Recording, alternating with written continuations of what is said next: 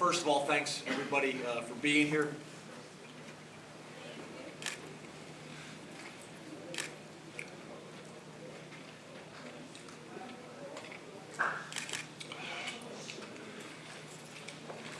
I want to thank the fans. Had an unbelievable environment tonight. Really proud of Penn State. An example of when we all come together as a family. We got a chance to do some special things. We created a really, really tough environment for a very good football team to come in and deal with. And the fans and the community and the administration and all the other coaches and athletes that we have in this athletic department made this a difficult place to play. I'd love to come in here and tell you how I really think, but that would not be appropriate with some other things that went on. Mike Hall played an unbelievable game, talking about 19 tackles, 2.5 tackles for a loss and an interception. Zettel's play was a real big play in the game. I thought our defense played extremely well. Obviously, that goes without saying. We got an issue punting the ball, and we're going to have to get that resolved. Really, really put both our offense and our defense in some really tough situations.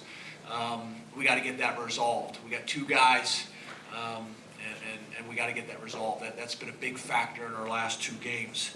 I thought in the second half on offense, we were able to make some plays, break some tackles, make people miss, get some yak yards, and that was really the difference.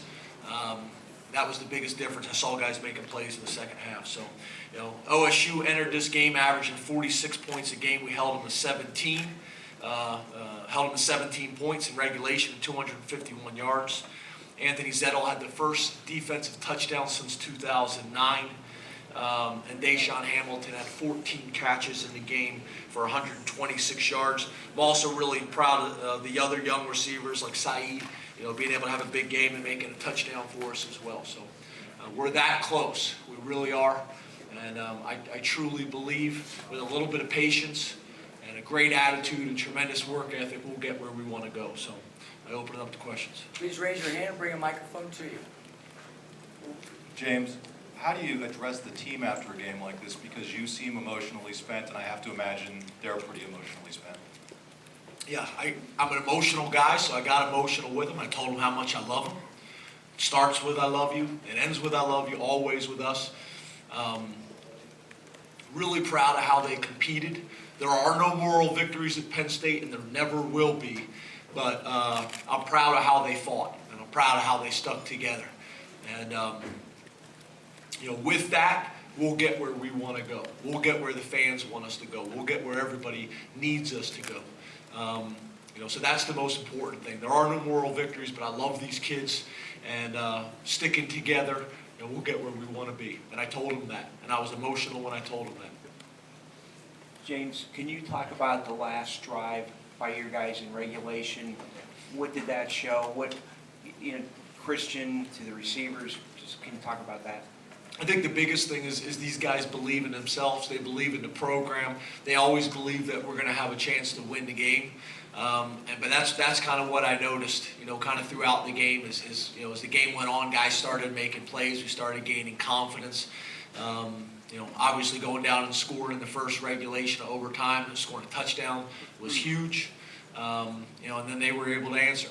So we're going to watch the film. We got a lot of things that we need to correct, but we're making progress. It may not show it up exactly on the scoreboard, but we're making progress. James, what explanation, James over here, I'm sorry.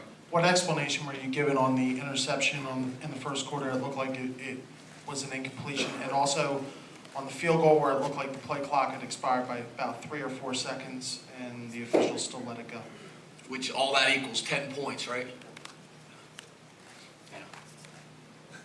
Any explanation? Guys, I'm a guy. I think you guys are starting to get to know a little better. I would love to come in here on a weekly basis and tell you exactly what I think. And it goes against everything about who I am. I tell people the truth, but I'm not able to do that. I'm not able to do that. I'm gonna focus on the things that we can correct as a program and our kids. And I'm gonna fight for our kids. And I'm gonna fight for our program.